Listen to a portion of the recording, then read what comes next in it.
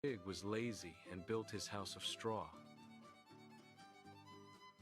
The second pig worked harder and built his house of sticks. The third pig was smart and built his house of strong bricks. A big, hungry wolf came along. He huffed and puffed and blew down the straw house. The first pig ran to the stick house. The wolf blew down the stick house too. The two scared pigs ran to the brick house. The wolf huffed and puffed, but he could not blow down the brick house. It was too strong.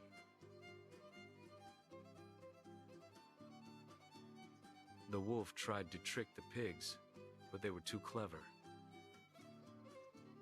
He tried to climb down the chimney, but the third pig had boiling water waiting. The wolf yelped and ran away, never to bother the pigs again. They lived safely and happily in the brick house. Once upon a time,